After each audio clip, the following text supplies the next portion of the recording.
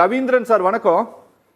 Ravindran sir, ரெண்டு விஷயம் sir. ஒன்று என்ன அப்படின்னா, இந்த இவ்வளோ பெரிய போராட்டம், இந்த பேச்சுவார்த்தை அப்படிங்கிறதெல்லாம் ஒரு பெரிய நேஷனல் லெவல் நியூஸாக இது முதல்ல மாறல அப்படிங்கிற நுண்ணு அரசியலை நாங்கள் ரொம்ப நல்லா புரிஞ்சிட்டு இருக்கிறதுனால தான் இன்னைக்கு இதை தலைப்பாக எடுத்தோம்.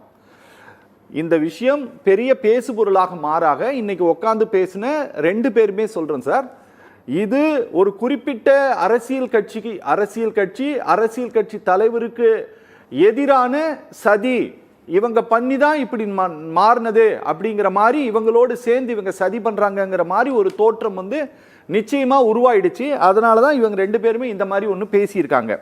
இரண்டாவது, நாங்கள் ஆக்சிடென்டல் டெத்து சூசைட்னுடைய என்சிஆர்பியினுடைய ரிப்போர்ட் 2014 இருந்து 2022 வரை அந்த ரிப்போர்ட் வெளியாயிருக்கு சார்.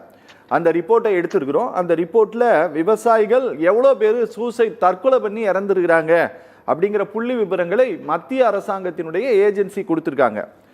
23, 24 இன்னும் ரிலீஸ் ஆகலை. அதனால் 22 வரை, 14 22 வரை 9 ஆண்டு கால ரிப்போர்ட் எடுத்துருக்கிறோம்.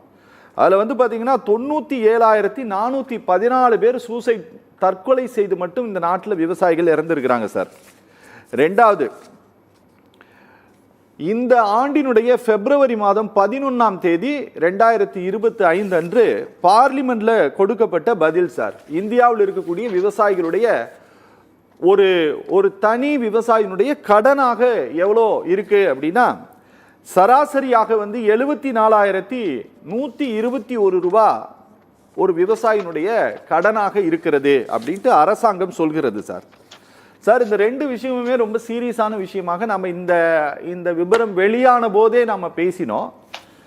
இன்னைக்கு இந்த பேச்சுவார்த்தை இது ஒரு தீர்வை நோக்கி பயணிக்காமல் இதனுடைய கோணம் முற்றும் முழுதுமாக மாறி மாறி போயிட்டு இருக்குங்களா சார்? இது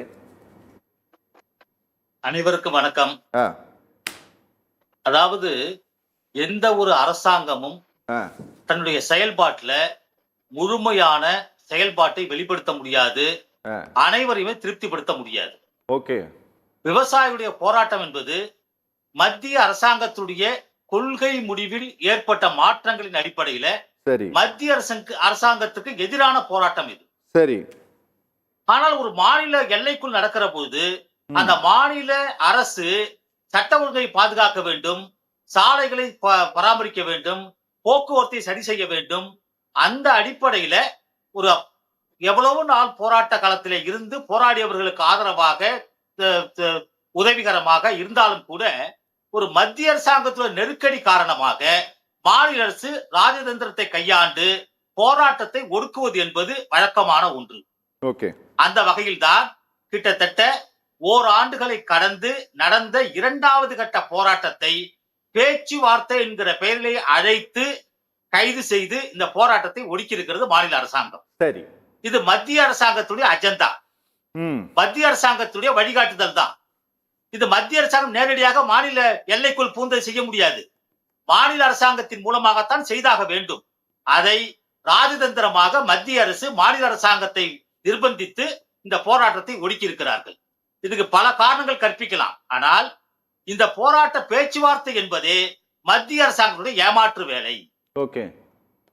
இவர்கள் எதையும் நிறைவேற்ற தயாராக இல்லை. விவசாயிகளிடத்திலே பேச்சுவார்த்தை நடத்துகிறோம் என்ற பேர்ல கிட்டத்தட்ட ஓராண்டுகளுக்கு மேலாக ஹரியானாவுக்கும் டெல்லிக்கு போற பாதை மறிக்கப்பட்டிருக்கிறது. போதுமான போக்குவரத்து இல்ல, சுத்தி தான் போக வேண்டியதா இருக்கு. நிறைய பிரச்சனைகள் இருக்கு.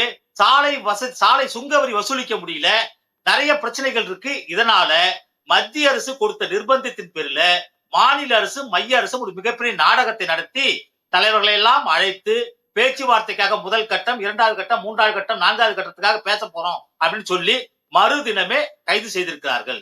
இது அரசாங்கத்தினுடைய ஆட்சியாளர்களுடைய ராஜதந்திரம் என்பதுதான் உண்மை. இதுக்கு முன்னாடி கடந்த 3 வேளாண் சட்டங்களை இது பண்ணும் போது, விலக்கி கொள்ள போது, ஆகஸ்ட் மாசம் 5ஆம் தேதி 2023 மாண்புமிகு பாரத பிரதமரை அதை நான் விலக்கி கொள்றேன்னு சொல்றப்போ ஒரு குழுலாம் அமைச்சர், 4 குழுக்கள், 26 நபர்களை கொண்ட 4 குழுக்கள் அமைச்சர். அந்த குழுவுக்கு என்ன சொன்னாரு, நாங்கள் எம்எஸ்பி குறைந்தபட்ச ஆதார விலை சம்பந்தமாக அனைத்து மாநிலங்களையும் உள்ளடக்கிய ஒரு குழுவை உருவாக்கி இது குறித்து ஒரு அறிக்கையெல்லாம் கேட்போம் அப்படின்னாங்க. நீங்க 2006 எடுத்துக்கிட்டீங்கன்னா நேஷனல் கமிஷன் ஃபார் ஃபார்மர்ஸ், விவசாயிகளுக்கான தேசிய ஆணையம் அமைக்கப்பட்டது. அதுல 286 பக்க அறிக்கை கொடுக்கப்பட்டது. அதுல சுருக்கமா கொடுத்தாங்க, நிறைய கொடுத்தாங்க. 2008 ரைட்ஸ் ஃபார்மர்ஸ் ரைட்ஸ்னு ஒரு அறிக்கை கொடுத்தாங்க. அதுக்கு பிறகு பாரத பிரதமர் அவர்கள் இப்ப என்ன பண்ணாரு, 2017 அசோக் தல்வால் அப்படிங்கிற ஒரு கமிட்டியை உருவாக்கி, தலைமையில ஒரு கமிட்டியை உருவாக்கி விவசாயிகளின் வருமானத்தை இரட்டிப்பாக மாற்றுவதற்கு பரிந்துரை தேவைன்னு ஆகஸ்ட் 12 2017-18 வரை ஒரு கமிட்டியை கொடுத்தார். இந்த கமிட்டி என்ன செஞ்சது, 14 வரையறைகள் குறிக்கப்பட்ட 14 அத்தியாயம் கொண்ட கிட்டத்தட்ட ஒரு 14 வகையான 2377 பக்கம் கொண்ட ஒரு அறிக்கையை கொடுத்தது. ஓகே. அதற்கு பிறகு குறைந்தபட்ச ஆதார விலைக்கு ஒரு 4 துணை குழுக்கள் போட்டாங்க. ஏதாவது ஒரு வளர்ச்சி உண்டா, விவசாயிகளுக்கான ஏதாவது ஒரு பொருளாதார மாற்றம் ஏற்பட்டிருக்கிறதா, விவசாயத்துல ஏதேனும் விவசாயிகள் வளர்ந்திருக்கிறார்களா? நீங்க 2022 ஒரு அறிக்கை இருக்கு, இந்தியா 107வது பட்டினி குறியீட்டு பட்டியலில் இடம்பெற்றிருக்கு நம்ம பேசிட்டு இருக்கோம். அதே போல இதே பார்லிமெண்ட்ல மரியாதைக்குரிய வேளாண் துறை அமைச்சர் சொன்னாரு, இந்தியாவில் இருக்கக்கூடிய விவசாயிகளுடைய சராசரி மாத வருமானம் 10,551 ரூபான்னு சொன்னாரு. தமிழ்நாட்டுல ஒவ்வொருக்கும் இருந்தது. இப்ப அதே அமைச்சகம் இப்ப என்ன சொல்றாங்க, தமிழ்நாட்டுல உள்ளிட்ட அனைத்து விவசாயிகளுக்கும் கடன், ஒவ்வொருத்தருக்கும் தனி மனித கடன் கிட்டத்தட்ட எல்லாருக்கும் இருக்குன்னு சொல்லியிருக்காங்க. அதுல தமிழ்நாட்டை நீங்க எடுத்துக்கிட்டீங்கன்னா 1,06,553 ரூபாய் கடன் இருக்குன்னு. ஆமா. ஒரு பக்கம் மாத வருமானம் 10,551 ரூபாய், இன்னொரு பக்கம் ஒரு தனிப்பட்ட விவசாயி, தமிழக விவசாயிக்கு 1,06,553 ரூபாய். முரண்பாடுகள் இருக்கிறதா இல்லையா? முதல்வர் மாண்புமிகு பாரத பிரதமர் என்ன சொல்றாரு, பல்வேறு திட்டங்களை அறிவிக்கிறோம் சொல்றாரு. அறிவிக்கிறீங்க, அது முழுமையாக ஒதுக்கீடு செய்யப்பட்ட நிதிகள் அந்த திட்டங்களுக்கு முழுமையாக முறையாக செலவிடப்படவில்லை என்பதை நாம் ஏற்கனவே நிறைய விவாதம் பண்ணியிருக்கோம். நம்ம நிறைய ஆதாரபூர்வமா சொல்லியிருக்கோம். அது மட்டும் இல்ல, நீங்க கிட்டத்தட்ட இந்த ஃபார்மர் கமிஷன் கொண்டு வந்தப்ப என்ன சொன்னீங்க, 2006 அக்டோபர் 4 இனிமேல் விவசாயிகளுக்கு எந்த பிரச்சனையும் இருக்காது நீங்க. சரி, 2013 பாரத பிரதமர் பொறுப்பேற்றும் போது என்ன சொன்னாரு, இந்திய விவசாயிகளுக்கு விடிவு காலம்னாரு. எல்லாம் செஞ்சீங்க, என்ன நடந்தது? நீங்க அறிவிக்கப்பட்ட திட்டங்களிலே முழுமையாக செலவிடவில்லை என்பதுதான் நம்முடைய குற்றச்சாட்டு. அது மட்டும் இல்ல, நீங்க பிஎம் கிசான்ல பேசியிருக்கோம். பிஎம் கிசான்ல கிட்டத்தட்ட 8 கோடி விவசாயிகளிலிருந்து உருவாகி 9 கோடிக்கு உயர்ந்து திருப்பி 8 கோடிக்கு குறைஞ்சிருக்கு. அதே மாதிரி நீங்க பயிர் காப்பீட்டு திட்டத்துல முழுமையா என்ன இருக்கு, பயிர் காப்பீட்டு திட்டத்துல எல்லாத்துக்கும் தனியார் கொண்டு வந்து கார்ப்பரேட் நிறுவனங்கள் தான் கொள்ளடிக்கிறது நம்ம பேசிட்டு இருக்கோம்.